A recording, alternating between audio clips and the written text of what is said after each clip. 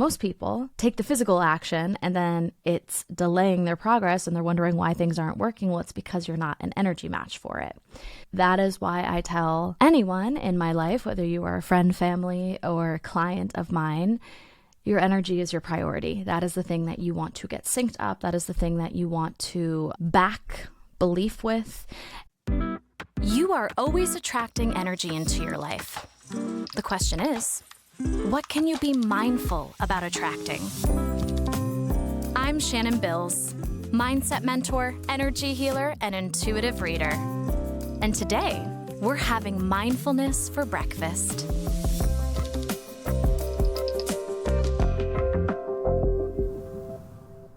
Good morning. So yesterday I spent my day with two of my very close friends that are very intuitive, gifted humans. We have grown in mastering our intuition together. We've taken a lot of the same classes from our mentor, Allie. And something fun that we have been doing recently is getting together. We call it the board meeting, the board group, which I actually got that from my mom. My mom has a group of friends, and when they get together, they're the board members. They get together for a board meeting, and I thought that was so cute. And so I passed that down to my friend group. And when we get together, it's like a spiritual mastermind where we are picking up on each other's energy, and we come with specific questions that we want to be focusing on in order to get our energy matched for the thing that we are wanting to manifest, the thing that we are wanting to put out into the world. Because you have to become an energetic match for the thing that you are wanting to experience physically. So most people take the physical action and then it's delaying their progress and they're wondering why things aren't working. Well, it's because you're not an energy match for it. So that is why I tell anyone in my life, whether you are a friend, family, or client of mine, your energy is your priority. That is the thing that you want to get synced up. That is the thing that you want to back belief with. And that is what we did yesterday. And these sessions are always a mix of emotions because you're not hearing what you want to hear, you are hearing what you need to hear. And that is the approach I take with my clients as well, because then you're not going to grow. I can never sugarcoat anything. And our higher self, which is this most energetic, spirited version of us that exists, the person that is channeling through us, through our intuition, she or he or they don't sugarcoat. They don't sugarcoat anything. And they wake you up to what is exactly in your way and showing you why things aren't working the way that you are wanting them to. I was going to spend this morning journaling on the things that I know that I need to heal from. And I thought, why not just record myself, get you guys in on my healing experience to see if it opens up anything in you. Something I want to mention is everyone's reason on how they need to be, how they're operating in life, everybody's reason on how they need to be is a wound they haven't healed yet. And that is something that really rang true for me because my biggest priority is, of course, my self-love and my self-worth, because that's the foundation of all things. But then the second thing is my business, what I'm putting out into the world, which ties into my purpose and my passion and my hobby.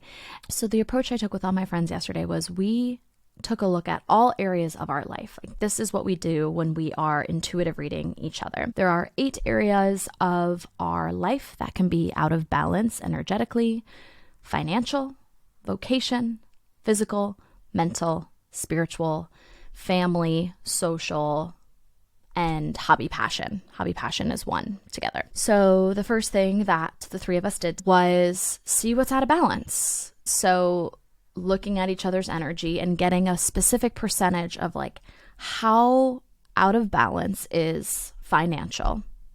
And then the second question we went off of was, how is that being out of balance reflecting in your life? What is the reflector here? So a reflection is the universe mirroring back what is blocking you.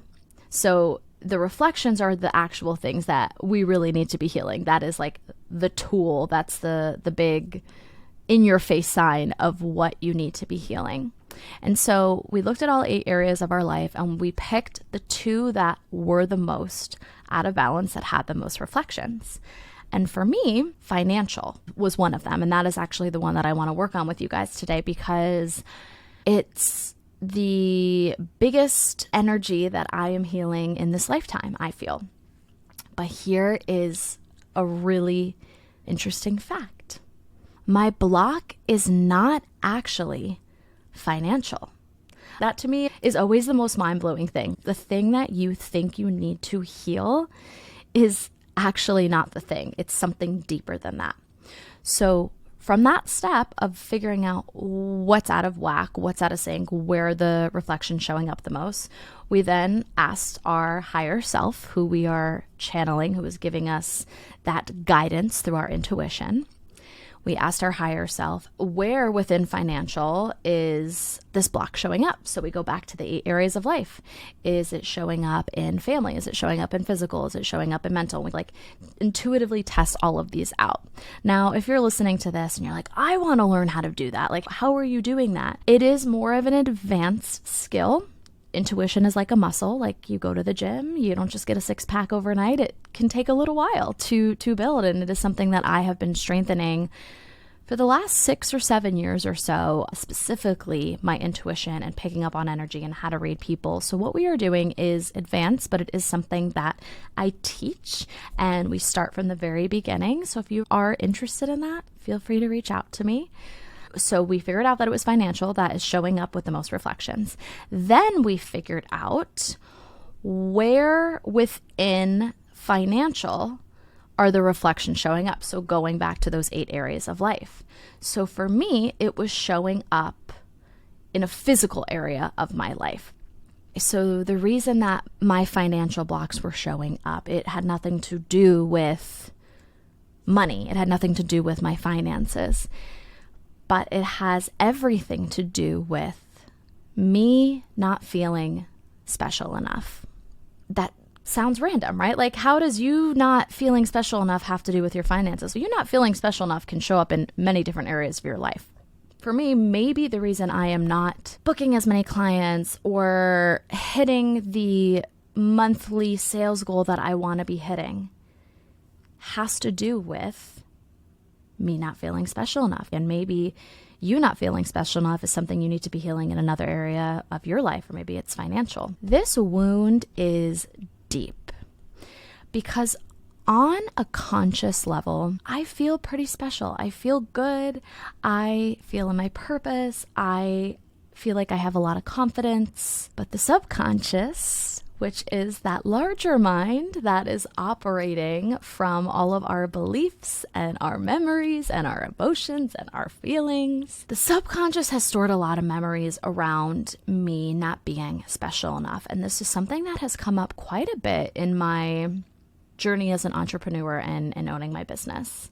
The first time it came up, I was chatting with my former business coach. I have always told people a story of how I was always just an average student.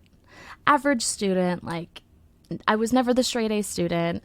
I just felt like if I look back at my childhood and teenage years, I just felt average. And internally, I felt average. And it was a story that I continued to say to myself. I think maybe some of my friends would be shocked by that in the way that I carry myself consciously and externally. But I inside have always just felt average. Again, B+ student. And that was something really up until the last year or two. Someone would be like, tell me about your childhood. I'm like, average kid, didn't get straight A's. It was just this average student. And I remember my business coach said to me, Shannon, stop saying that you are average. You are the farthest thing from average.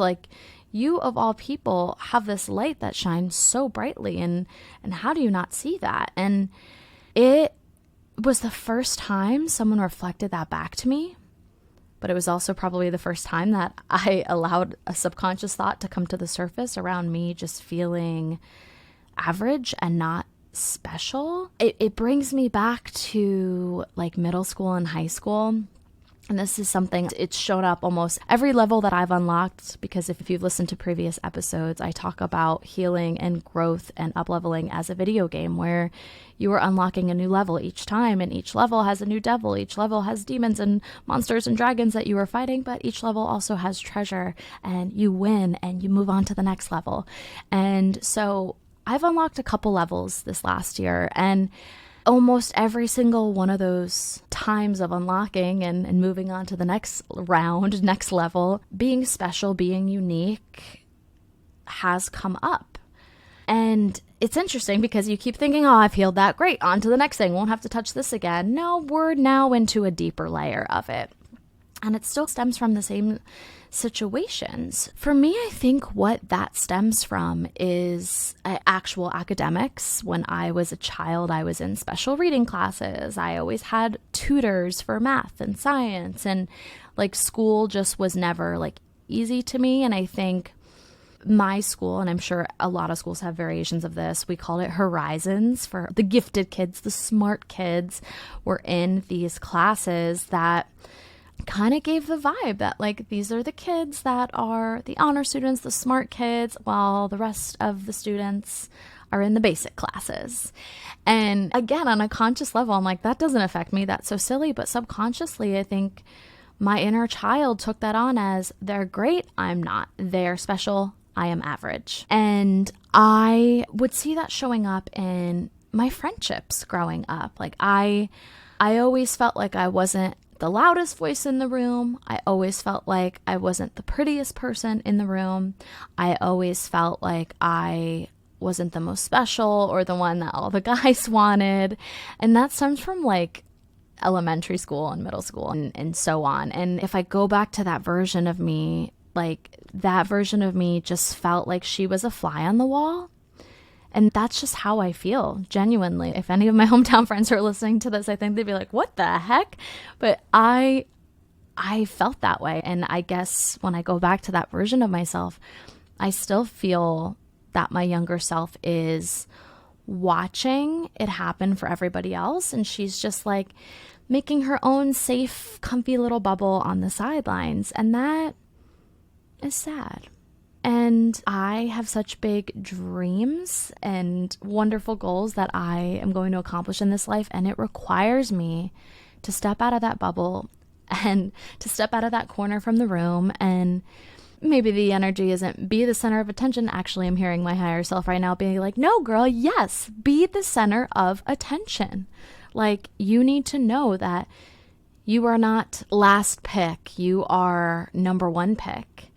And that is something that you need to feel. You need to feel like you are the number one in your life. You are the first pick. You are special. You are unique. The way that it's been showing up blocking certain financial aspects of my life is not feeling special enough, not feeling unique enough.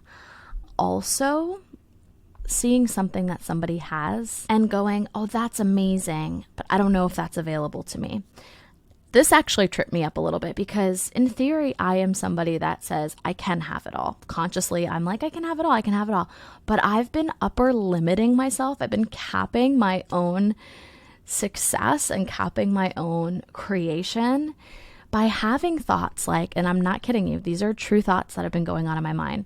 I have friends that are very wealthy and live happy lives and buy beautiful things and go on extravagant vacations. And I have a lot of friends that are at this level. And in my mind, even when I'm journaling to the universe about abundance and what I want to call in, there's something in the back of my head saying those friends will always still be more wealthy or more special and like going on more extravagant vacations. You'll achieve something, but it won't be at their level. Like I'm capping that, or I close myself off from that opportunity and possibility of having the money that they have. And I didn't realize I was sabotaging in this way. It was really interesting to me, but what it came down to is not feeling special enough, not feeling unique enough, being in my safe little bubble and being a fly on the wall and watching everything happen around me. I don't want to do that.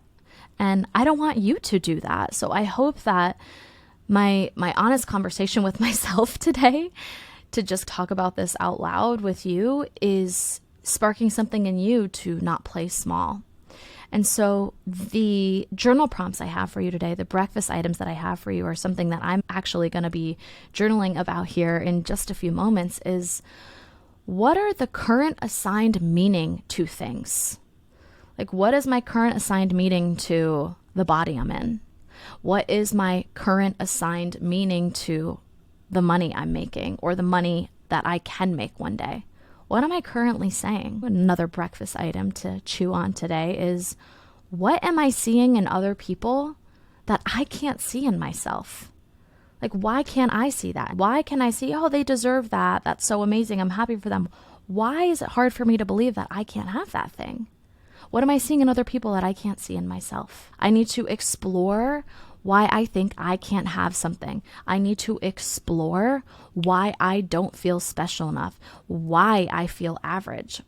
I know that it stems from my childhood, and I guarantee you that it also stems from childhood or teenage years. A lot of times our blocks do, and they are so suppressed, so buried in our subconscious mind, but they want to come out.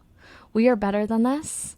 I know I am on my healing journey to be the most magnificent, powerful, bold, sparkly human being that I know I can be. But this is something that's in my way right now, and I'm going to work on it. And I hope that you'll work on it too. Thanks for joining me today.